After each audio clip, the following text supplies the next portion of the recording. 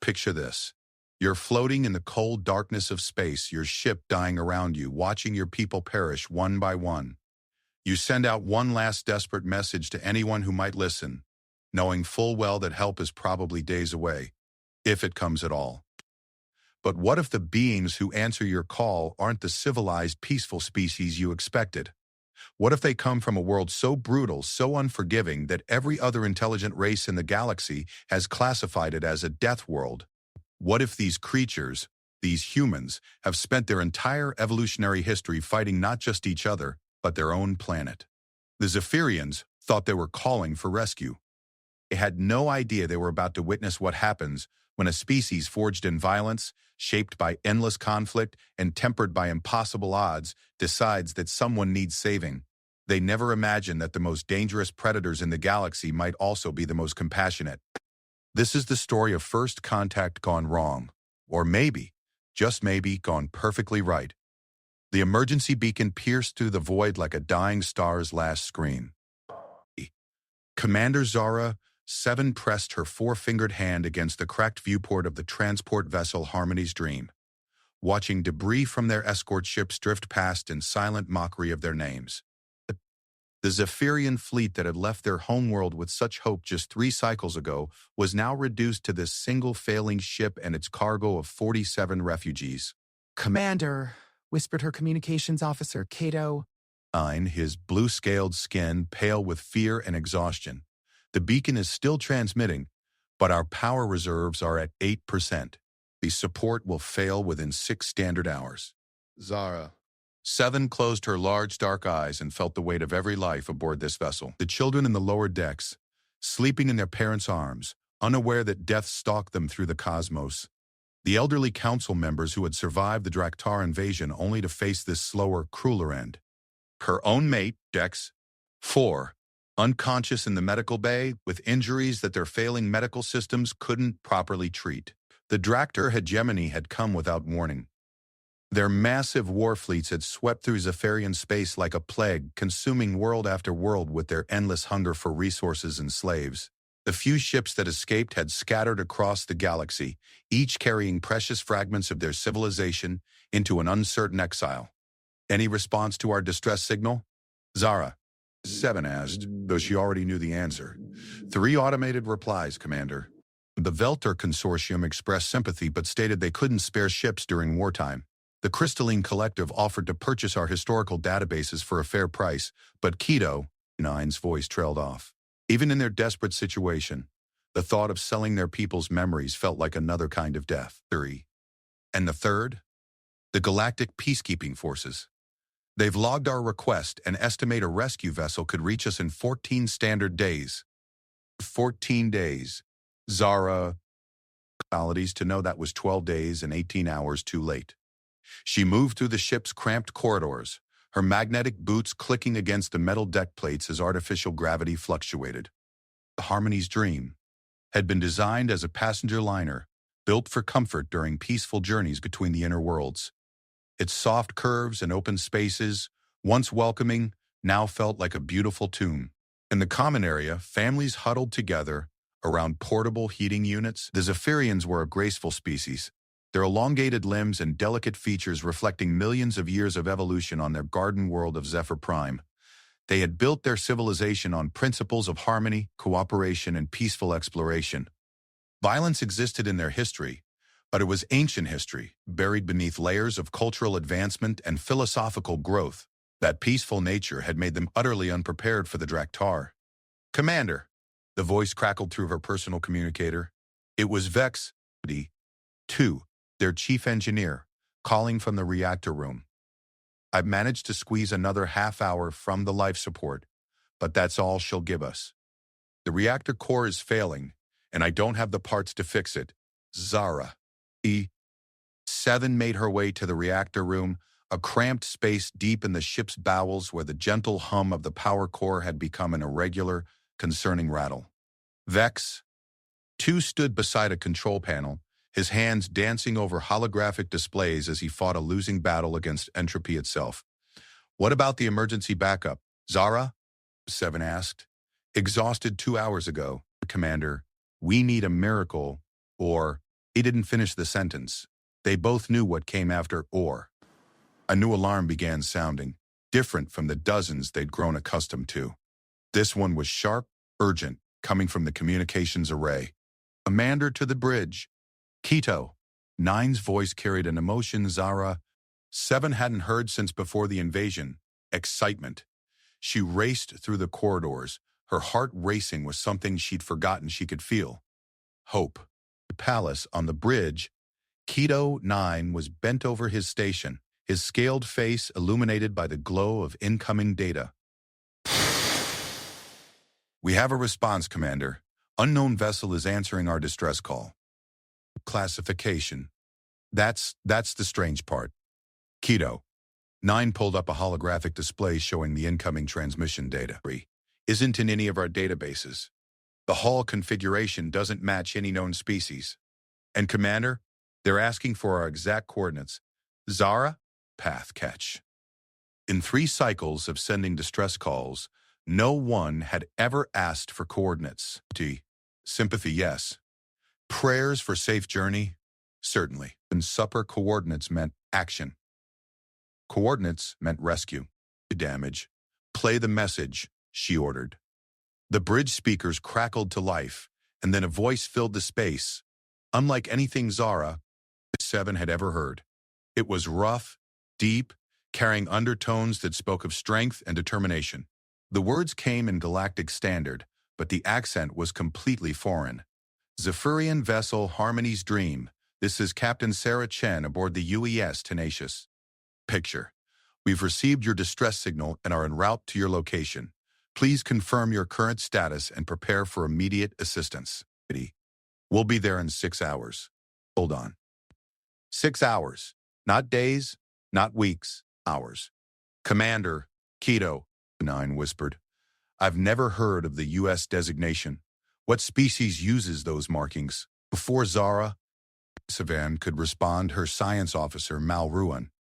6 spoke up from her station. I'm reading massive energy signatures approaching our position. Whatever this ship is, it's big and it's fast. Commander, it's moving at velocities that should be impossible without tearing itself apart. Open a channel, Zara, he says.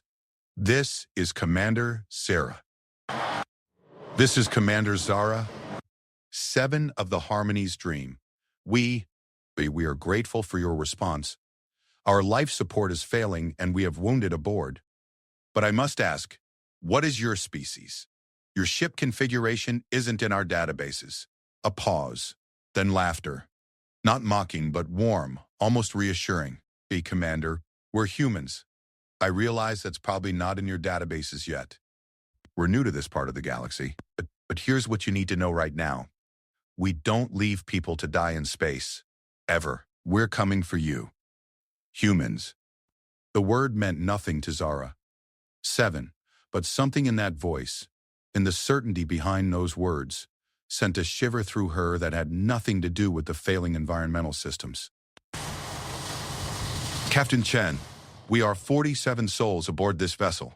Our reactor is failing, and we've been adrift for 18 days since our escort fleet was destroyed. Destroyed by who?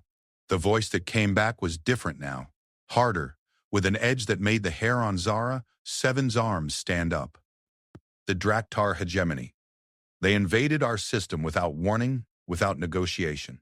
We're refugees, Captain. Perhaps the last of our people to escape. Place. Another pause.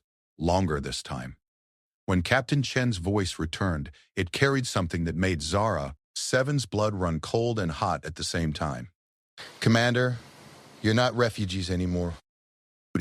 You're survivors, and survivors deserve justice. We'll handle the immediate rescue first, but I want you to know that Draar just made an enemy they really don't want to have. In the lower decks, little Pip. 1. 2 tugged on her mother's arm. Mama, what's a human? Her mother, Nell. 8 stroked her daughter's head with a gentle hand. I don't know, little star. But they're coming to help us. As if summoned by those words, new alarms began sounding throughout the ship. These weren't the familiar warnings of system failures they'd grown accustomed to. These were proximity alerts. Commander Mal 6 called out, her voice tight with disbelief. I'm reading a massive displacement wake. Whatever's coming, it just dropped out of faster-than-light travel at the edge of our sensor range. The main viewer flickered to life, showing the star field ahead of their drifting vessel. At first, there was nothing. Then, like a predator emerging from tall grass, a ship decloaked at the edge of their vision. Zara, had seen many vessels in her lifetime. Elegant Zephyrian explorers with their flowing lines and gardens. Crystalline ships that looked like frozen music. Even the brutal, angular warships of the Draar, with their weapon-heavy designs. This was something else entirely. The human ship was massive, easily twice the size of a Draar dreadnought, but it didn't look like any warship she'd ever seen. Its hull was dark gray, almost black, with no decorative elements or flowing curves. It was pure function made manifest, covered in weapon emplacements, sensor arrays, and what looked like docking bays for smaller craft. It moved through space with the fluid grace of a hunting animal, its engines casting no visible light but somehow propelling it at speeds that bent physics. By the 7 moons, Quito, 9 whispered. What kind of species builds something like that? As if in answer, smaller ships began emerging from the human vessel's docking bays. They were sleek, predatory things that moved with an agility that seemed impossible for their size. Zara, 7, counted at least a dozen before she lost track. Zephyrian vessel, this is Lieutenant Marcus Torres aboard the shuttle, Relentless. I'm coming aboard with a rescue team to stabilize your systems and provide medical assistance. Please prepare for docking at your starboard airlock. Medical assistance. The words hit Zara, 7, like a physical blow. In all their desperate transmissions, in all the responses they'd received, no one had offered medical assistance. Sympathy, yes. Prayers, certainly. But not help for the wounded and dying. Lieutenant Torres, our medical facilities are severely damaged and we have wounded who? Ma'am, with respect, our medics can work miracles with a lot less than working facilities. Doctor, just get us aboard and we'll take care of your people. 20 minutes later, Zara. 7 stood beside the starboard airlock, watching as the docking sequence completed with mechanical precision. The human shuttle had attached to their failing ship like a leech, but somehow, her sensors indicated that power was actually flowing from the smaller vessel into their dying systems. The airlock cycled, and Zara, 7, got her first look at humanity. Lieutenant Torres was tall, nearly a full meter taller than Zara, 7. With broad shoulders and what looked like armor built into his environmental suit. His skin was darker than any Zephyrian's, and his eyes held an intensity that spoke of intelligence and determination. Behind him came 6 more humans, some carrying equipment she didn't recognize, others with cases that had to be medical supplies. Commander Zara, B. 7? Torres asked, his voice carrying that same warm authority she'd heard from Captain Chen. Yes, Lieutenant. He reached out a hand. 5 fingers, she noted, studying the alien gesture. B. Marcus Torres's United Earth Navy. We're here to help. She tentatively extended her own 4-fingered hand, and he grasped it gently. His skin was warm, and she could feel calluses that spoke of hard work and physical activity. You're wounded first, he said immediately. Where are they? As Zara 7 led them through the ship's corridors. She watched the humans work. They moved with efficiency she'd never seen, their hands flying over equipment as they assessed damage and began immediate repairs.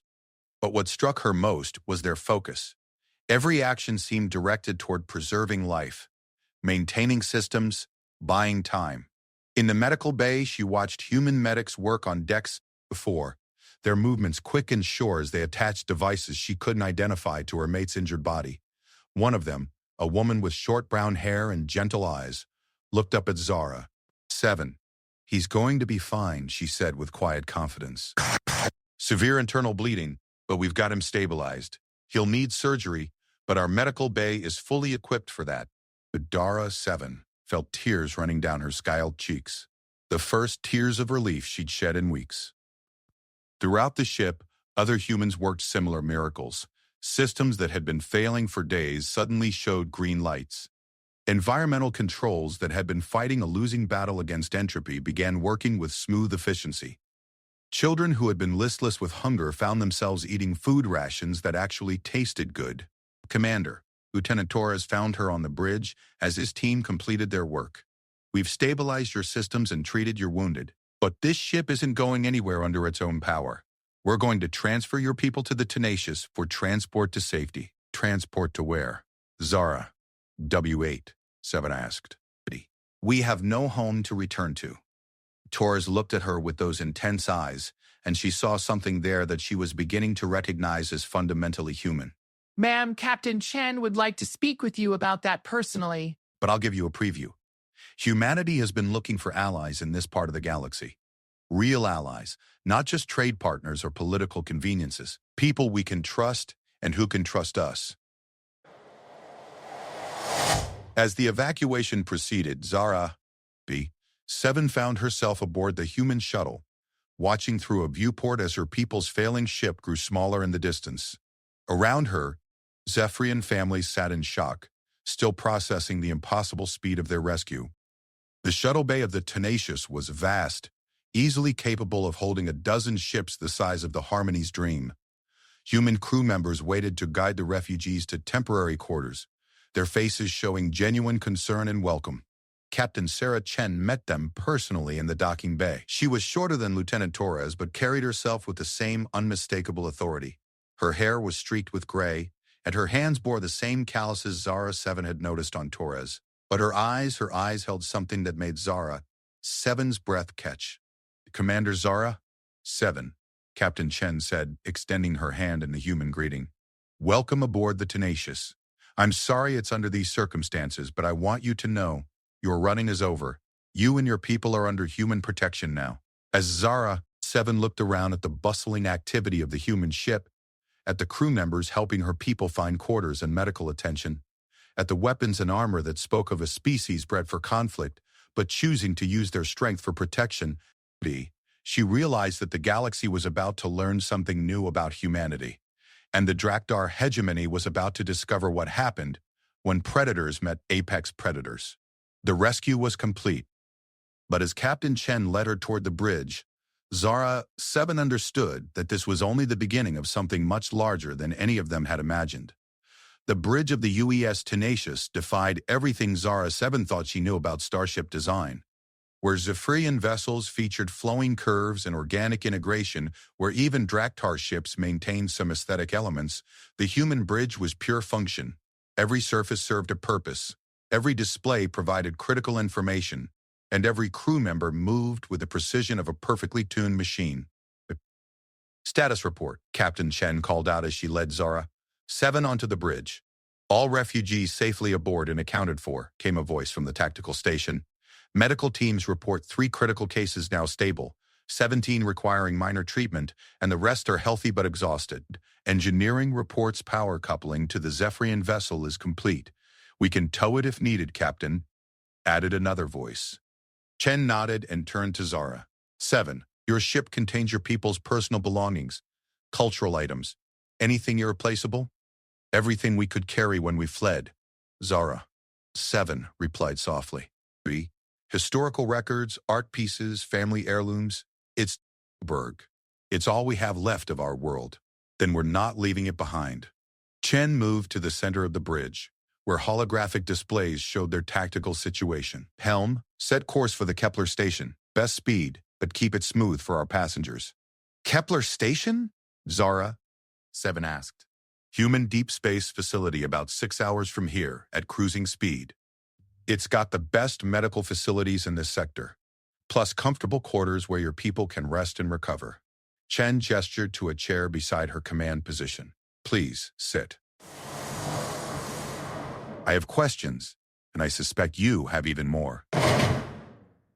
As Zara sighed, 7 settled into the surprisingly comfortable chair, she watched the human crew work.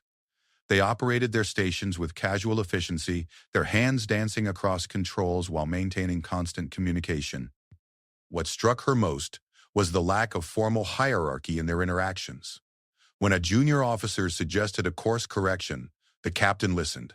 When the medical chief requested a slight adjustment to their acceleration to help the wounded, it was implemented immediately. Your species, Zara 7 began tentatively. We've never encountered humans before. How long have you been exploring this region of space? Chen smiled, and the expression transformed her weathered features. We're the new kids on the block, Commander. Humanity only achieved faster than light travel about 50 years ago. We've been exploring, making contact with other species, trying to figure out how this whole galactic community thing works. 50 years. Zara. Seven's people had been spacefaring for over 2 millennia. And yet, Zara, Seven observed, gesturing at the sophisticated bridge around them, your technology seems remarkably advanced. We're fast learners, said the officer at the tactical station, a woman with short blonde hair and scars on her hands that spoke of combat experience. Yes, especially when it comes to keeping ourselves and our friends alive. Chen shot her a look that carried both amusement and warning. Commander Zara, 7, meet Commander Lisa Park, my tactical officer. She has strong opinions about how we should handle people who hurt civilians. Park turned in her chair to face Zara. 7 directly. Commander, I've been listening to the recordings from your distress calls. 47 ships in your fleet when you left your homeworld. Only 1 made it out of your system. What happened? Zara. 7 felt her hands begin to shake as memories flooded back. The Draar came without warning. No demands, no negotiations, no opportunity for surrender. Their ships dropped out of hyperspace in our outer system and began systematically destroying everything they encountered. Military vessels, civilian transports, even medical ships marked with non-combatant symbols. Weapons used? Park asked, her voice clinical but her eyes blazing with barely controlled anger.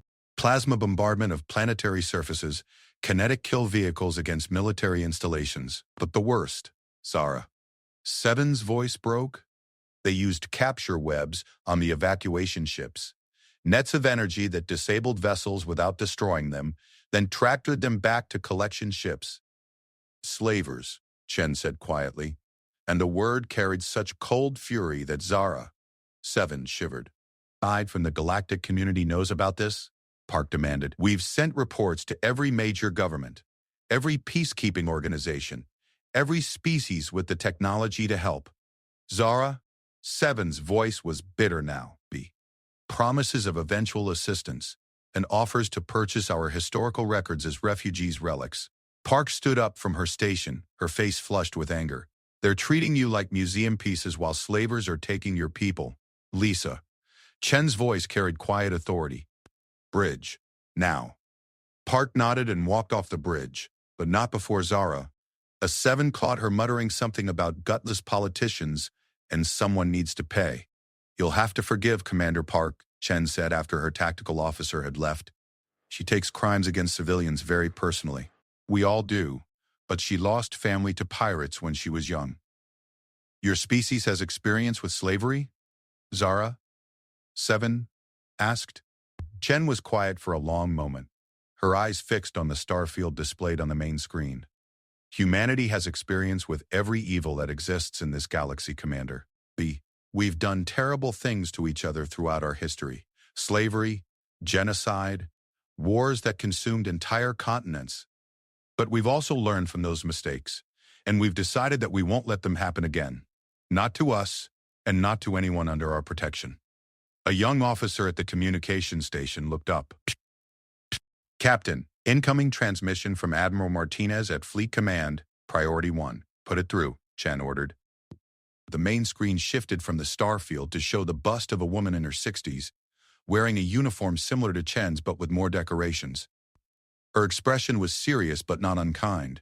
Sarah, I understand you've picked up some refugees? 47 Zephyrian civilians, Admiral. Their homeworld was invaded by something called the Draar hegemony. Systematic destruction of civilian targets, slave-taking operations, the full package. Admiral Martinez's expression darkened. Are we talking about first contact with a new species or a rescue of known allies? New species, ma'am, but they're not hostile. They're academics, artists, families with children, classic victims of aggressive expansion. And the Draar? Chen glanced at Zara, 7, then back at the screen. Unknown species to us, Admiral, appears to be a militaristic hegemony with technological parity to mid-level galactic civilizations. Standard fleet doctrine, heavy emphasis on conquest and slave-taking. Admiral Martinez was quiet for a moment. Sarah, you know I can't authorize military action against an unknown species without Security Council approval. The politics alone. Admiral, Chen interrupted, with respect, I'm not asking for authorization to invade their space. I'm asking for permission to protect refugees under our care and investigate crimes against sentience. Investigate how? Information gathering. Intelligence operations. Maybe a friendly conversation with Draar leadership about the error of their ways. Admiral Martinez actually smiled at that. Sarah, your definition of friendly conversation usually involves weapons locks and tactical displays. Only when people are unreasonable, ma'am. Very well. You have authorization to conduct defensive operations and intelligence gathering regarding this Draar hegemony. But Sarah? Yes, Admiral. Be careful. We're still establishing ourselves in this region. We don't need a war with every hostile species in the galaxy. Understood. Tenacious out. Bind ended and Chen turned back to Zara. 7. Commander, I need to understand exactly what we're dealing with. Can you give me a complete briefing on Draar capabilities, fleet strength, territorial extent over the next 2 hours, Zara? 7 provided everything she knew about their enemy. But she described the Draar's rapid expansion over the past decade, their technological capabilities, their fleet compositions, and their brutal tactics. She shared intelligence gathered during the invasion, tactical recordings from the few military vessels that had tried to fight back, and the horrifying efficiency with which they had dismantled Zephyrian civilization. They're not just conquering, she concluded, they're harvesting. Every species they encounter becomes either slaves or raw materials for their expansion. There's no negotiation, no mercy, no consideration for civilian populations. Chen listened without interruption, occasionally asking technical questions or requesting clarification on specific details. Crew members had gradually gathered to listen, and Zara 7 noticed that their expressions grew harder with each new horror she described. How many other species have they conquered? Asked Lieutenant Torres, who had joined them partway through the briefing. At least 6 that we know of. The Velter Consortium mentioned that several of their trading partners had gone silent over the past 5 years. The pattern seems consistent. Rapid invasion, systematic destruction of resistance, harvesting of population and resources. 7 species, Chen said quietly. Millions, maybe billions of casualties. And the galactic community's response? Park had returned to the bridge during the briefing, and her voice carried barely controlled rage. Political committees are studying the situation.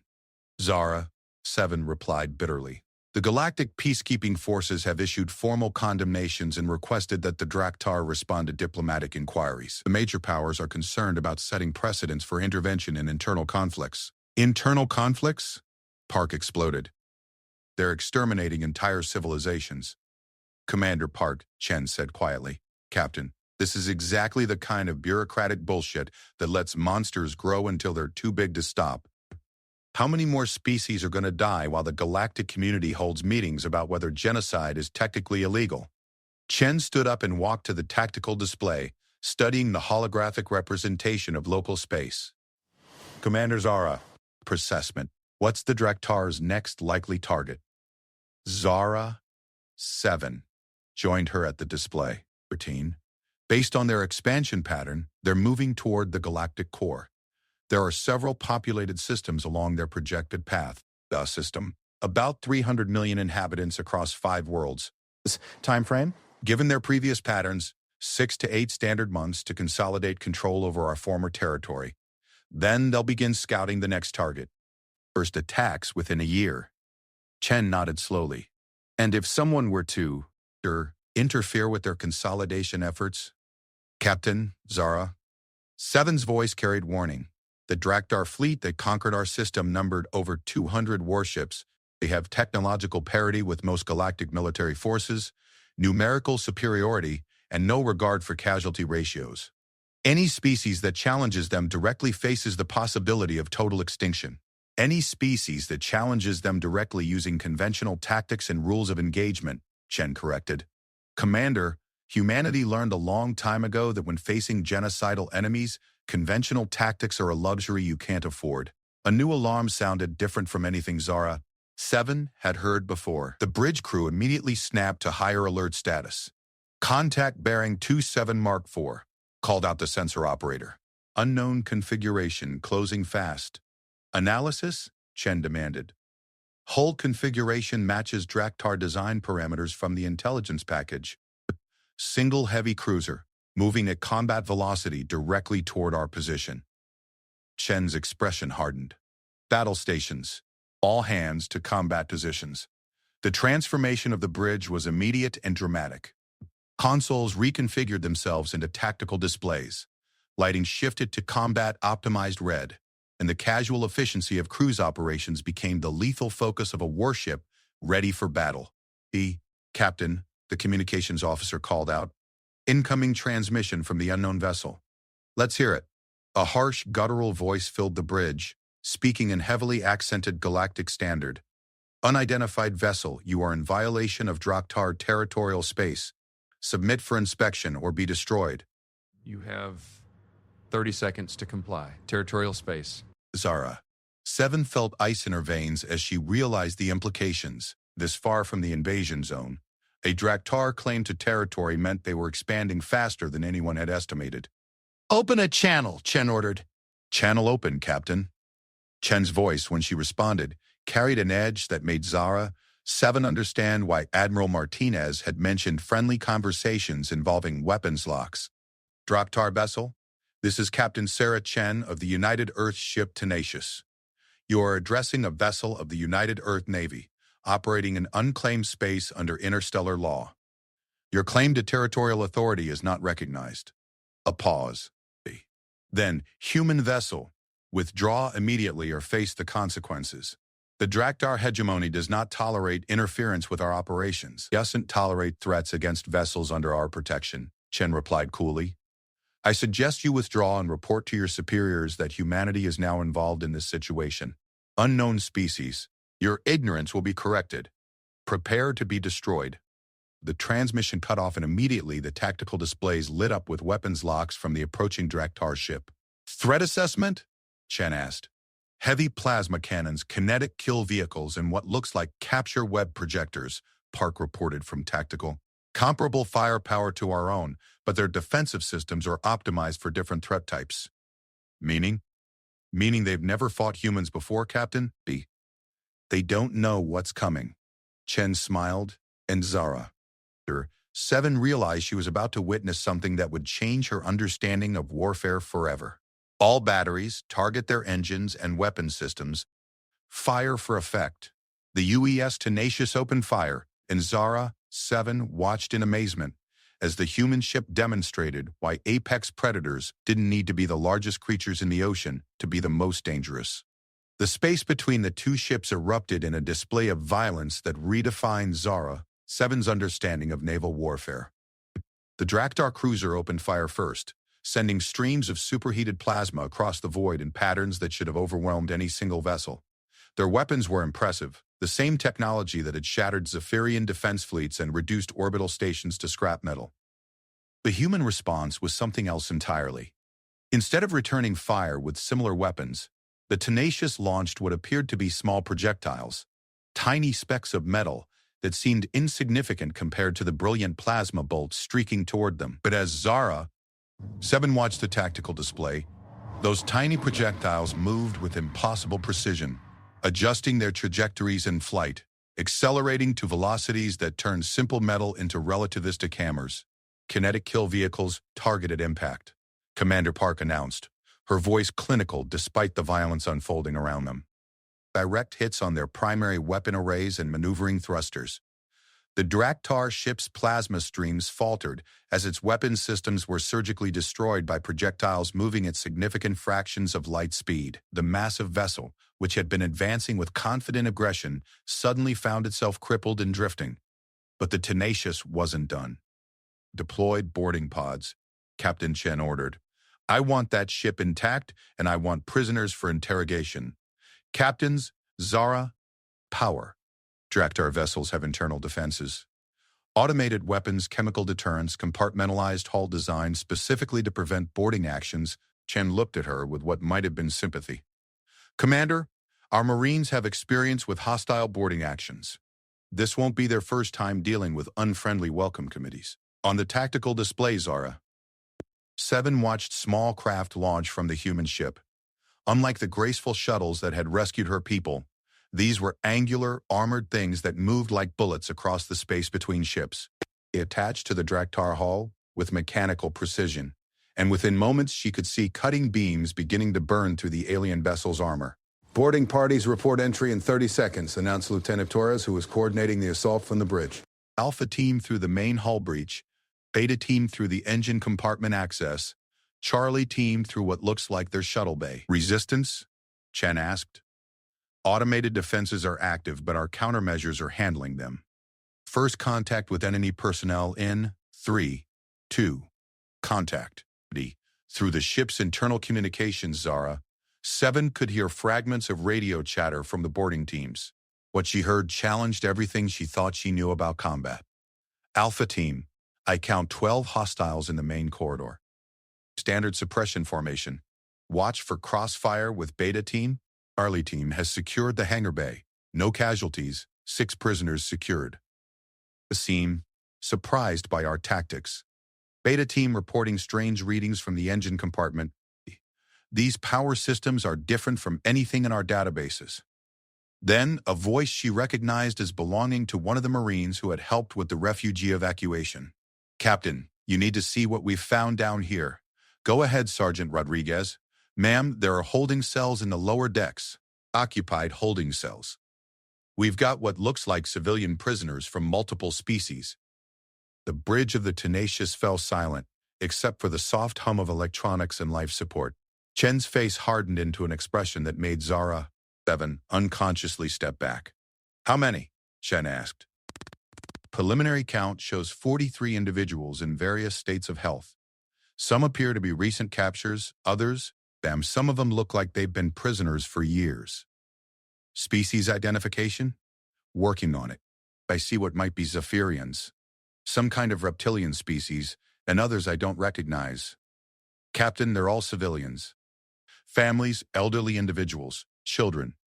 Chen closed her eyes for a moment, and when she opened them, Zara, 7 saw something that made her understand why the Admiral had been concerned about Chen's definition of friendly conversation. Secure all prisoners, both enemy combatants and rescued civilians. Medical teams to treat everyone who needs it. And Sergeant? Yes, ma'am. I want every piece of data from that ship's computers. Navigation logs, communication records, operational orders, grocery lists. Pretty. Everything. Understood, Captain. Chen turned to her communications officer. Open a channel to Admiral Martinez. Priority Alpha. President. Channel open, Captain. Admiral, we've had first contact with Draar forces. 1 heavy cruiser engaged and neutralized. We have prisoners and intelligence, plus 43 rescued civilians who were being held as slaves aboard the enemy vessel. Admiral Martinez's image appeared on the main screen, and her expression was grim. Casualties? None among our forces. Enemy casualties were minimal. We went for capture rather than destruction. But Admiral, the intelligence we're gathering confirms everything the Zephyrian refugees told us. This isn't just expansion. It's systematic harvesting of sentient species. Evidence? 43 civilians from multiple species held in slave conditions aboard a single cruiser. That ship's database contains navigation routes through conquered territories, operational orders for collection operations, and what appears to be a manifest of captured populations sorted by species and physical capabilities. Admiral Martinez was quiet for a long moment. Sarah, I'm looking at the preliminary reports from your engagement. You disabled a ship of comparable size to your own in less than 3 minutes with no friendly casualties. Yes, ma'am. Their tactics and technology are optimized for fighting other galactic civilizations. They weren't prepared for human weapons or boarding doctrine, which means this is likely to escalate quickly once they understand what they're facing. Chen nodded. Admiral, based on what we've learned, the Draar have fleets numbering in the hundreds of ships. If they perceive humanity as a significant threat, they'll concentrate force against us while continuing their expansion into other territories. Recommendations? We need to act fast. Every day we spend in committee meetings and diplomatic discussions is another day they're consolidating their conquests and preparing for larger operations. Based on the intelligence from this ship, they're planning a major offensive against the Crystara system within the next standard year. 300 million civilians, Admiral Martinez said quietly. Yes, ma'am. And that's just their next target. The data suggests they've identified dozens of species for future collection operations. Through the ongoing chatter from the boarding teams, Zara, B7 heard updates that painted an increasingly horrific picture. The Draar ship carried detailed files on dozens of species, including psychological profiles designed to maximize the efficiency of conquest operations. There were technical specifications for slaveholding facilities, transportation schedules for captured populations, and market analyses for different types of forced labor. Captain, Torres called from a station. The prisoners we rescued are asking to speak with someone in authority. The Zephyrian among them says she has critical information about Draar operations. Bring her to conference room 2, Chen ordered. Commander Zara, 7, would you join us? Having a familiar face might help.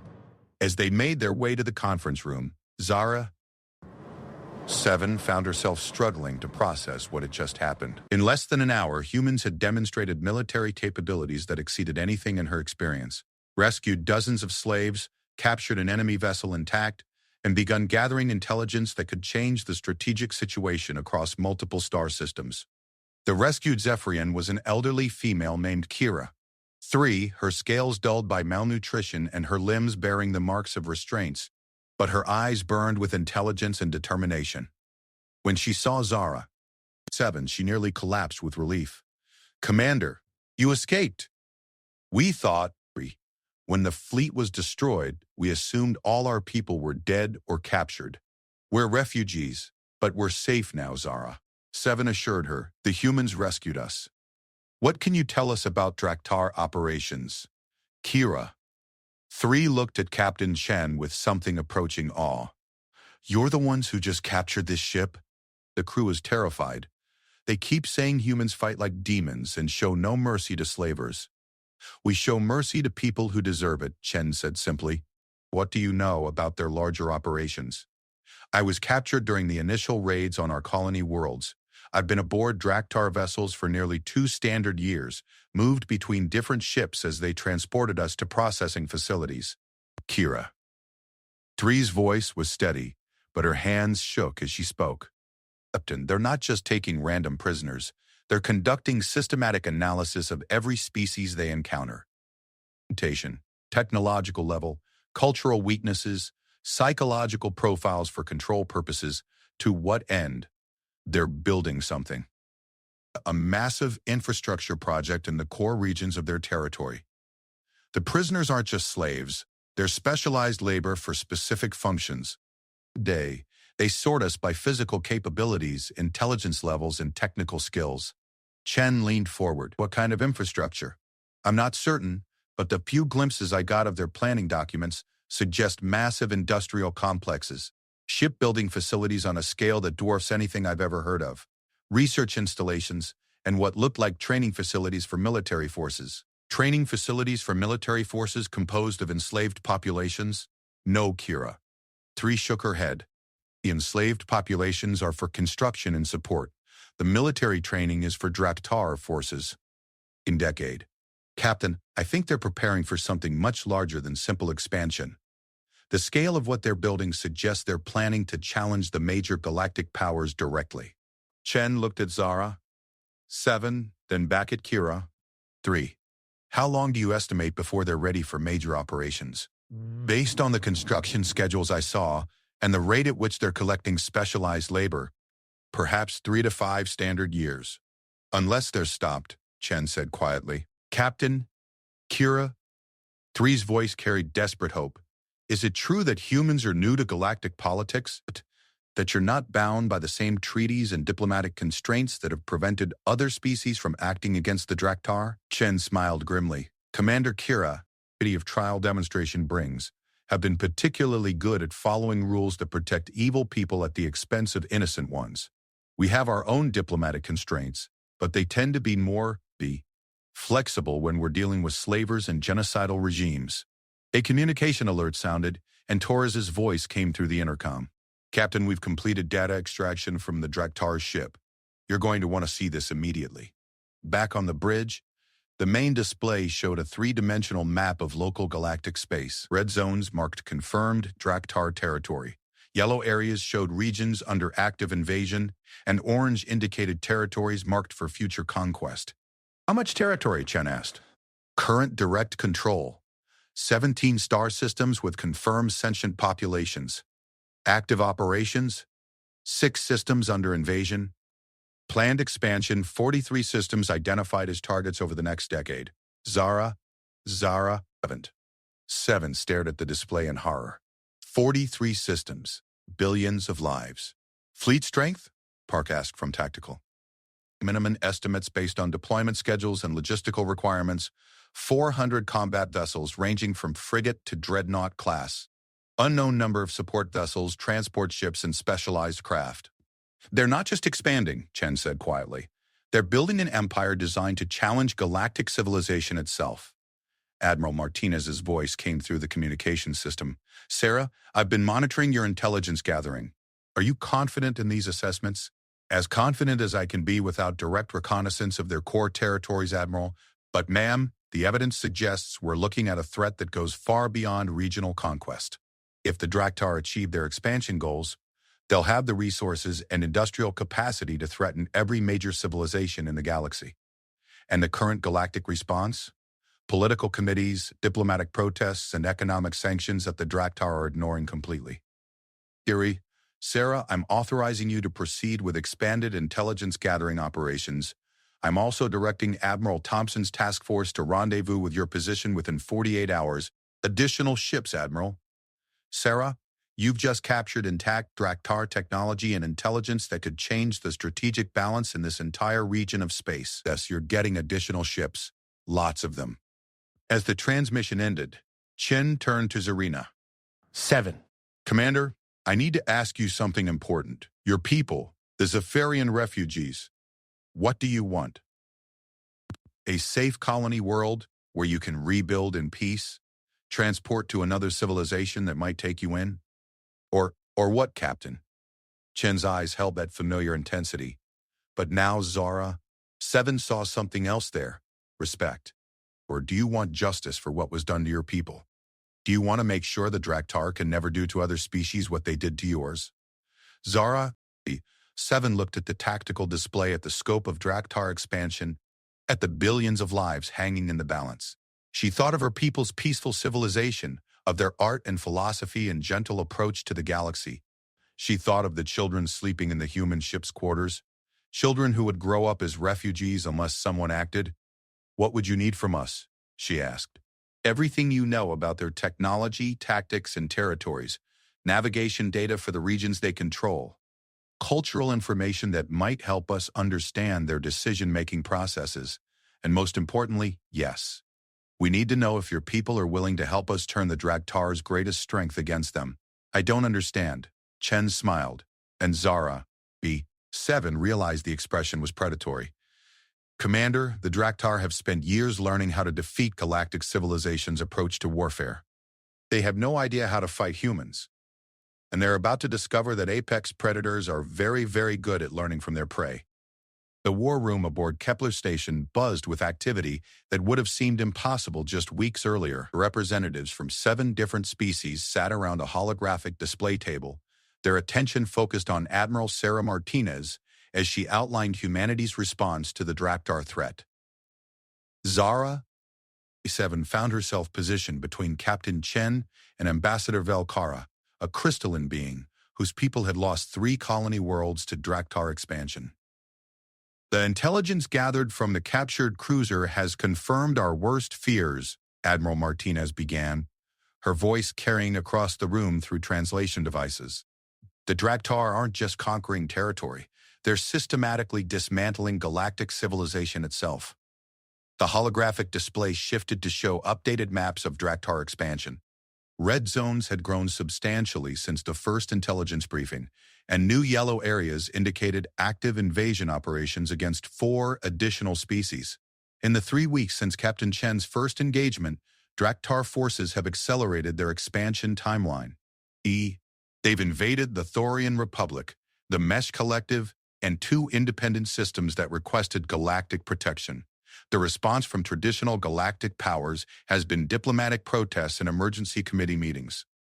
Ambassador Thekra, a reptilian delegate from one of the galaxy's oldest civilizations, shifted uncomfortably. Admiral Martinez, your species' military capabilities are impressive, but the Draktar field hundreds of ships. Even with your technological advantages, a direct confrontation would be extremely costly. Which is why we're not planning a direct confrontation, Chen interjected from her position beside the display. At least not initially. She manipulated the holographic controls, and the display shifted to show detailed intelligence on Draktar fleet compositions and logistics networks.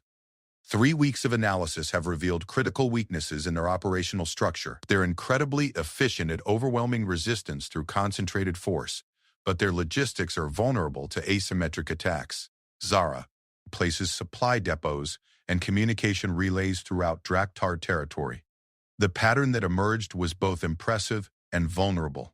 A vast network that enabled rapid expansion but depended on predictable logistics chains. Their strength is our opportunity, Chen continued. The Draktar have optimized their forces for fighting conventional galactic militaries. But humanity learned long ago that unconventional warfare can neutralize superior numbers and firepower. Ambassador Velkara's crystalline form resonated with musical tones that her translator rendered as skeptical inquiry. You propose guerrilla operations within their territory? Such tactics would require extensive intelligence networks and local support that doesn't exist. Actually, Chen smiled, it does exist. We just need to create it. The display shifted again, this time showing the locations of slave transport ships, labor camps, and processing facilities throughout Draktar space. Red dots marked confirmed facilities, yellow indicated suspected locations, and blue showed recent intelligence suggesting prisoner transfers. The Draktar have created their own resistance network without realizing it, Chen explained. Millions of enslaved individuals from dozens of species spread throughout their territory, working in their most critical facilities. All we need to do is arm them, organize them, and give them hope for operations. Admiral Martinez said quietly. Strike teams to free enslaved populations, provide them with weapons and training, then support them in disrupting Draktar logistics from within. Zara. Seven felt her breath catch as the implications became clear. You're proposing to turn their conquered populations into insurgents. We're proposing to give enslaved people the tools to free themselves, Chen corrected. The Draktar assume that conquered populations will remain passive once separated from their military forces. They've never had to deal with organized resistance movements supported by external powers. Ambassador Thekra leaned forward, his scaled features showing grudging interest. What would such operations require? Stealth vessels capable of penetrating Draktar territory undetected. Admiral Martinez replied. Special forces teams trained in liberation operations and insurgency support. Intelligence networks to identify high-value targets and coordinate resistance activities. And most importantly, the will to see it through regardless of diplomatic complications. The Galactic Council will never approve such operations, warned Velkara. Direct interference with internal affairs violates foundational principles of galactic law. The Galactic Council has had weeks to respond to systematic genocide and has managed to pass 2 resolutions condemning the Draktar and requesting they attend peace talks, Chen said, her voice carrying barely controlled disdain. Meanwhile, 4 more species have been conquered, and millions more people have been enslaved. She manipulated the display to show real-time intelligence on current Draktar operations. While we've been having this meeting, transport ships carrying captured civilians have departed from 3 newly conquered systems. By the time the Galactic Council finishes debating appropriate responses, those people will be processed into the Draktar slave labor system. Admiral Martinez stood and addressed the assembled delegates directly. Etation, plate, and avascular capitals to depend palaces on the 24th of 2017 rather than the late 2000s. You can continue working through diplomatic channels while entire civilizations are destroyed, or you can support operations that will actually save lives and disrupt Draktar expansion. What kind of support? Asked Ambassador Keith. 5, representing a species that had barely escaped Draar invasion through early evacuation, intelligence sharing, logistics support, safe harbor for liberated populations, and technological cooperation, Martinez replied. We're not asking you to violate your treaties or compromise your principles. We're asking you to provide humanitarian assistance to resistance operations. 3. Zara. 7 found herself speaking before she'd fully decided to. Commander Martinez? Admiral Martinez? What would you need from the Zephyrian survivors? All eyes turned to her, and she felt the weight of speaking for her entire people. We know Draar protocols, ship layouts, and operational procedures. None of us worked in technical fields and understand their technology. If there's a way to help free our people and prevent other species from suffering our fate, Chen looked at her with something that might have been pride. To Commander, your people's technical expertise would be invaluable for training resistance cells in sabotage operations. But more than that, Zephyrian survivors could provide cultural intelligence that would help us understand how to organize different species for effective resistance. Desk. The psychological profiles, Zara. 7 realized. The Draar have detailed analyses of how to control each species they've conquered. But that information works both ways. It could tell us how to motivate those same species to fight back. Admiral Martinez nodded. Exactly. We turn their own intelligence gathering against them. Over the next several hours, the assembled delegates worked through the details of what would become known as Operation Lighthouse, a coordinated campaign of liberation operations designed to create widespread resistance within Draar territory. The plan was ambitious and dangerous, requiring precise coordination between multiple species and operating methods that pushed the boundaries of galactic law. But as reports continued to arrive of new Draar conquests and the systematic destruction of entire civilizations, moral considerations became increasingly clear. Admiral, Chen said during a brief recess, I've been analyzing the intelligence from our recent reconnaissance missions. The Draar aren't just building infrastructure in their core territories, they're preparing for something massive. What kind of preparation? Chen activated a secure display showing the most classified intelligence they'd gathered. Shipbuilding facilities on a scale that defies comprehension. We're talking about industrial complexes capable of producing hundreds of warships simultaneously. And the power requirements? They're building a fleet designed to challenge the galactic core powers directly, Martinez realized. Within 5 years, maybe less. Admiral, if we don't act now, if we don't disrupt their expansion and resource gathering, the Draar will have the capability to threaten every major civilization in the galaxy simultaneously. Martinez studied the projections, her expression grim. Which makes this more than a humanitarian mission. Yes, ma'am. This is about preventing a galactic war that could destroy billions of lives and centuries of civilization. When the session resumed, Admiral Martinez presented this new intelligence to the assembled delegates. The reaction was immediate and dramatic. Even the most cautious representatives could see that diplomatic solutions would not address a threat of this magnitude. The first phase of Operation Lighthouse will begin in 72 hours, Martinez announced. The 3 human task forces will conduct simultaneous liberation operations in different sectors of Draar space.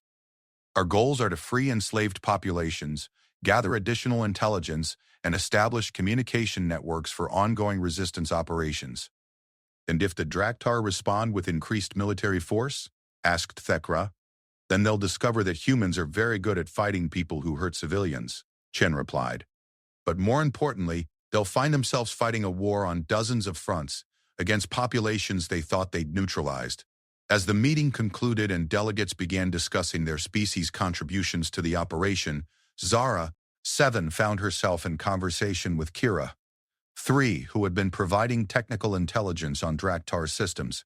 Do you think it will work? Kira 3 asked quietly.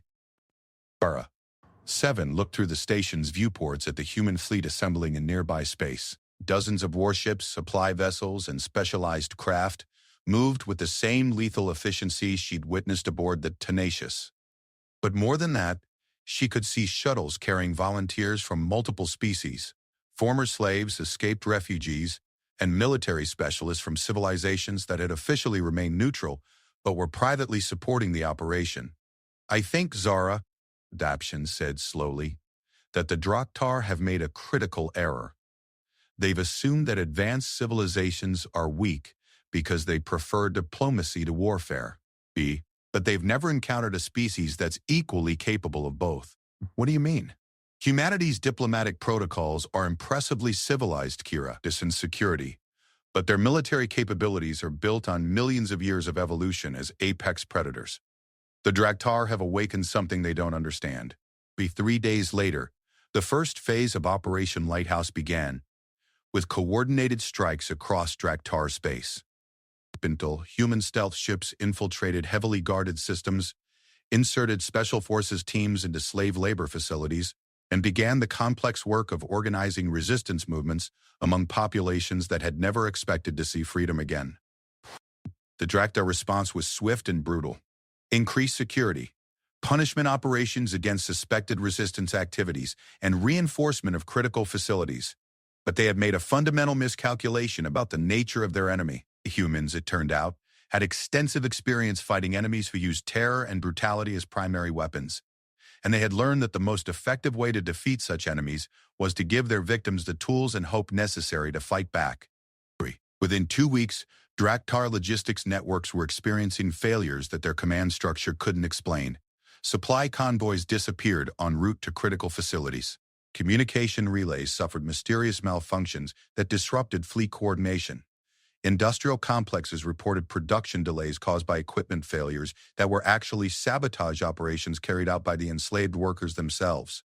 Most disturbing for Draar leadership, they began receiving reports of organized prison breaks that freed hundreds of slaves at a time, with the escapees seemingly vanishing into space without trace. The Draar had built their expansion strategy around the assumption that conquered populations would remain passive. They were about to learn that assumption was fatally flawed when the conquered populations had allies who specialized in asymmetric warfare. And in the command centers of human ships scattered throughout Draar space, officers like Captain Shen watched tactical displays showing the slow but steady spread of resistance activities and smiled with the satisfaction of predators who had found the perfect hunting ground. 6 months after the first liberation operations, the Draar hegemony was experiencing something entirely outside their understanding of galactic warfare.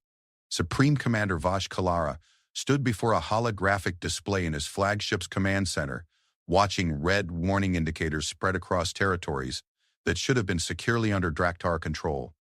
Each indicator represented a failure that his strategic doctrine insisted was impossible. "Report," he growled to his intelligence chief, a scarred veteran named Thekvalar who had overseen the conquest of 12 species. "Supreme Commander, we're experiencing coordinated resistance activities across 17 systems. Production facilities are operating at 60% capacity due to equipment failures and worker unreliability. Transport convoys are suffering losses that exceed sustainable parameters. Workers are becoming unreliable." Vash Kalar's voice carried the threat of violence that had maintained discipline throughout the hegemony's expansion. Not unreliable, Supreme Commander. Actively hostile. They're conducting sabotage operations with technical sophistication that suggests outside training and support. Vash Kalar studied the display, his predatory features hardening with anger. The Draar had built their civilization on simple principles. Superior force overcame all resistance. Conquered populations could be controlled through separation and intimidation, and galactic powers were too weak and divided to present meaningful opposition. Those principles had guided successful conquests across dozens of systems. They had worked against every species the Draar had encountered, until now. "Be human interference," he said finally. "Status of operations against their forces?" Thekvalar hesitated, and that hesitation told Vash Kalar everything he needed to know about the failures his subordinates had been trying to minimize in their reports. "Supreme Commander, direct engagements with human vessels have been problematic. Their tactical doctrine differs significantly from galactic standard practices. They employ weapons and strategies that our defensive systems weren't designed to counter. Specifics: kinetic projectiles with terminal guidance systems that penetrate our armor more effectively than plasma weapons. Boarding tactics that neutralize our internal defenses. Electronic warfare capabilities that disrupt our command and control systems. And the captured humans, what intelligence have we gathered from interrogation?" Another hesitation. A procurity any human personnel. Vash-Kalar turned from the display to face his intelligence chief. Directly, explained, human vessels appear to be equipped with destruction protocols that activate when capture is imminent. Their boarding teams carry similar devices. In 6 months of combat operations, we have recovered human technology and intercepted communications, but no living humans. They preferred death to capture? The evidence suggests they consider capture unacceptable when operating in hostile territory, Supreme Commander. Giving captured enemies to understand their capabilities and intentions, this human preference for self-destruction rather than capture was deeply troubling. Draar's strategic planning depended on detailed intelligence about enemy capabilities, gathered through direct examination of captured personnel and equipment. An enemy that denied them such intelligence while simultaneously demonstrating weapons and tactics unlike anything in their databases represented a fundamental challenge to their operational doctrine. What do we know about human strategic objectives? Vash-Kalar demanded. Analysis of their attack patterns suggests they're not attempting territorial conquest or resource acquisition. Their operations focus exclusively on disrupting our logistics and liberating enslaved populations. Liberation operations. Vash-Kalar spoke the words with distaste. Inefficient. Broad, direct military confrontation would be more logical. Yes, Supreme Commander. But their approach is proving effective at undermining our control over conquered territories. Freed populations are providing them with intelligence and logistical support for additional operations.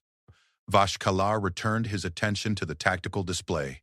The pattern of human attacks showed careful planning and detailed knowledge of Draar operations.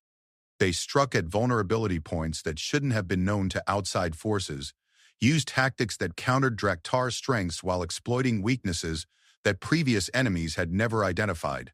Most disturbing, they seemed to understand Draar's psychology well enough to predict responses and counter them effectively. The intelligence suggests human involvement, but the scale of resistance activity exceeds what a single species could coordinate, Vash-Kalar continued. Population from populations across multiple conquered systems, supported by external forces with advanced technology and tactical expertise. Multiple species are cooperating with the humans? Unknown, Supreme Commander. Communications intercepts suggest human coordination, but the resistance fighters themselves are primarily members of conquered populations. Vash-Kalar felt something he hadn't experienced since the early days of Draar expansion. Uncertainty. Every previous conquest had followed predictable patterns. Initial resistance was crushed through overwhelming force. Populations were separated and processed according to established protocols, and territories were integrated into the hegemony through proven administrative systems. The humans had disrupted every aspect of that process. Strategic recommendations, he asked? 3 options, Supreme Commander. We can accelerate conquest operations to outpace human interference, concentrate forces to eliminate human capabilities through direct military action, or consolidate current territories and prepare for extended conflict. Analysis of each option. Acceleration would require committing forces currently reserved for the next phase of expansion. We would gain additional territory and resources, but would spread our forces across a wider area where they would be vulnerable to the same resistance tactics we're currently facing. Reaction. Problematic. Human forces operate primarily through stealth vessels and small unit tactics. They don't maintain fixed bases or territorial claims that we can target effectively. We would be fighting an enemy that refuses conventional engagement, while our own territories remain vulnerable to ongoing resistance operations. Consolidation would halt expansion indefinitely while we address resistance activities. It would provide time to develop countermeasures for human tactics, but would also allow them to expand their operations into additional territories. Vash-Kalar considered the options, none of which offered the kind of decisive resolution that Draar doctrine demanded. For the first time in the hegemony's expansion, they faced an enemy that couldn't be defeated through superior firepower or intimidation. There is a 4th option, Vash-Kalar said quietly. Speak. Negotiation. The humans appear to be motivated by humanitarian concerns rather than territorial ambitions. It's possible that diplomatic contact could resolve this conflict without the resource expenditure of military solutions. Vash-Kalar's expression darkened. The Draar do not negotiate with inferior species. Supreme Commander, the evidence suggests these humans may not be inferior. Their technology is comparable to our own. Their tactical capabilities exceed our projections, and their strategic position is growing stronger, while ours becomes more difficult to maintain. Before Vashkalar could respond, alarms began sounding throughout the command center. His tactical officer called out from her station. Supreme Commander, massive displacement signatures detected throughout the system. Multiple vessels dropping out of hyperspace at coordinates consistent with assault formation. The fleet composition, unknown ship configurations. Supreme Commander, hull designs don't match any species in our databases. The probability high, Supreme Commander. Vashkalar studied the tactical display as dozens of contacts appeared around his fleet's position. The human vessels were larger than the scouts and stealth ships that had been conducting liberation operations. These looked like warships designed for direct confrontation. Communications incoming, Supreme Commander. Broad spectrum transmission directed at our fleet. Except. The voice that filled the command center carried the same confident authority that had characterized every human communication they'd intercepted. But this time, the speaker was addressing them directly. Draar Fleet. This is Admiral Sarah Martinez of the United Earth Navy. You are ordered to surrender immediately and prepare for boarding. Vashkalar felt his combat instincts surge. Ordered to surrender? By what authority? By the authority of every species you've enslaved, every civilization you've destroyed, and every innocent life you've taken in your expansion, came the reply. This is your only opportunity for peaceful resolution, Supreme Commander. I suggest you take it. You dare threaten the Draar hegemony? Supreme Commander, I'm not threatening you. I'm informing you that your expansion ends here, today. The only question is whether it ends with your surrender or with the complete destruction of your fleet. On the tactical display, the human ships had formed a sphere around the Draar fleet. Their weapons were powered but not yet locked on target, a display of overwhelming confidence that made Vashkalar's blood burn with rage. You face the combined might of the hegemony's third fleet, he snarled. 87 warships against your mere 30 vessels. Withdrawal now or face annihilation. The response came with what sounded like genuine amusement. Supreme Commander, you're about to learn something important about humanity. Numbers a significant tactical factor when we have technological and strategic advantages. Prove your superiority, humans. All ships attack formation, destroy the intruders. What followed was not a battle in any sense that Draar military doctrine recognized. It was a systematic demonstration of technological superiority combined with tactical precision that turned naval combat into an art form. The human ships moved like living things, their formations flowing and adapting to Draar tactics in real time. Their weapons struck with impossible accuracy at ranges that exceeded Draar capabilities, while their defensive systems rendered most return fire ineffective.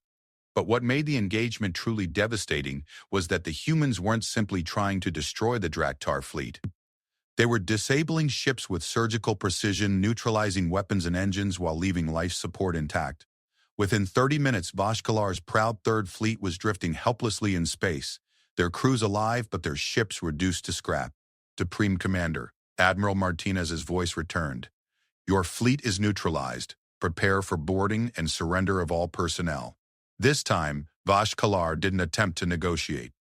A destruction device, choosing death rather than the humiliation of capture. His final thought was the recognition that the Draar had encountered something unprecedented in their expansion, a species that combined overwhelming military capability with the moral conviction to use it in defense of others. 3 hours later, Admiral Martinez stood in the command center of the former Draar flagship, watching as her boarding teams completed their systematic capture of the enemy fleet. Unlike previous engagements, this time they had taken hundreds of prisoners and captured complete intelligence archives that revealed the full scope of Draar operations. Admiral, Captain Chen reported from the tactical station. We've confirmed the locations of 17 major slave processing facilities, 43 supply depots, and what appears to be the central command structure for their entire expansion operation. Resistance network status, fully operational and expanding. Liberated populations from the past 6 months have been training additional resistance cells. We now have active insurgent operations in every major Draar territory. Martinez nodded, studying the intelligence displays that showed the true scope of what they'd accomplished. Operation Lighthouse had evolved from a simple liberation campaign into a comprehensive dismantling of the Draar expansion machine. Admiral Chen continued, "The prisoners are requesting to speak with someone in authority. Apparently, word of the Third Fleet's defeat has spread throughout the hegemony.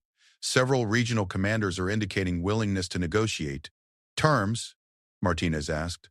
"Complete cessation of expansion operations, release of all enslaved populations, and reparations to conquered species. In exchange, we don't systematically destroy the remaining military forces.